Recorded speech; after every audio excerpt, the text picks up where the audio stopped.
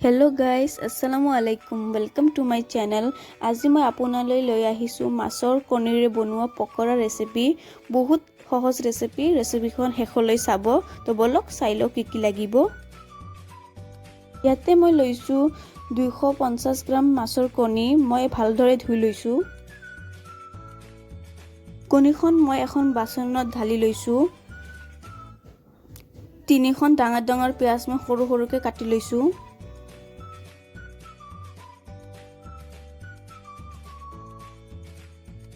4-5টা জলকীয়া সৰুকে কাটি লৈছো। আপুনি জলকীয়া কম বেছি কৰিব পাৰে। এমুঠি ধনিয়া পাত সৰুকে কাটি লৈছো। 4 চামুচ বেসন দিছো।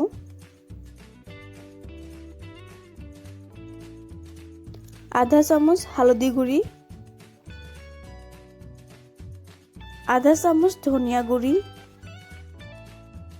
আধা চামুচ জলকীয়া গুড়ি, এটো অপশনাল হয়। সোৱাদ অনুসৰি নিমখ, আধা চামুচ গৰম মছলা। মই সকলোবোৰ বস্তু এখন ডাঙৰ বাচনত ঢালি লৈছো। সেইখন বাচন মোৰ সৰু হৈছিলে। এতিয়া ভালদৰে মিহলাই লম।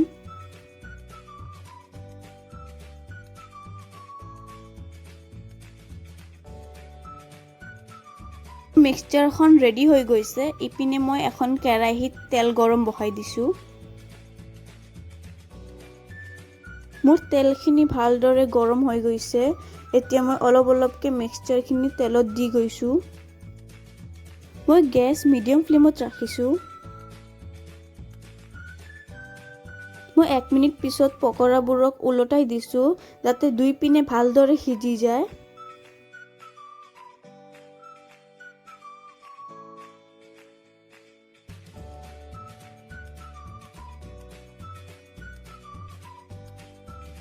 মোৰ পকৰাবোৰ চাওক গোল্ডেন ব্ৰাউন হৈ গৈছে।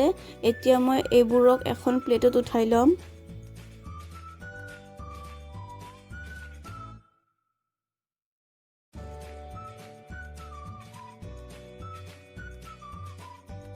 চাওক পকৰাবোৰ কিমান ক্ৰিস্পি হৈছে। এইদৰে মই বাকি পকৰাখিনিও ভালদৰে ভাজি লম। এতিয়া মই পকৰাবোৰক এখন প্লেটত সাৰ্ভ কৰি লম। মই ইয়াতে পিয়াজ আৰু টমেটো সস লৈছো। টমেটো সসেৰে আপুনি সাৰ্ভ কৰিব পাৰে। বহুত সহজ ৰেচিপি হয়। আপুনি ৰেচিপিখন ঘৰত ট্ৰাই কৰিব। আই হোপ আপোনাৰ ৰেচিপিখন ভাল লাগিছে। ভাল লাগিলে এখন লাইক কৰিব আৰু মোৰ চেনেলক সাবস্ক্ৰাইব কৰিব। Thank U.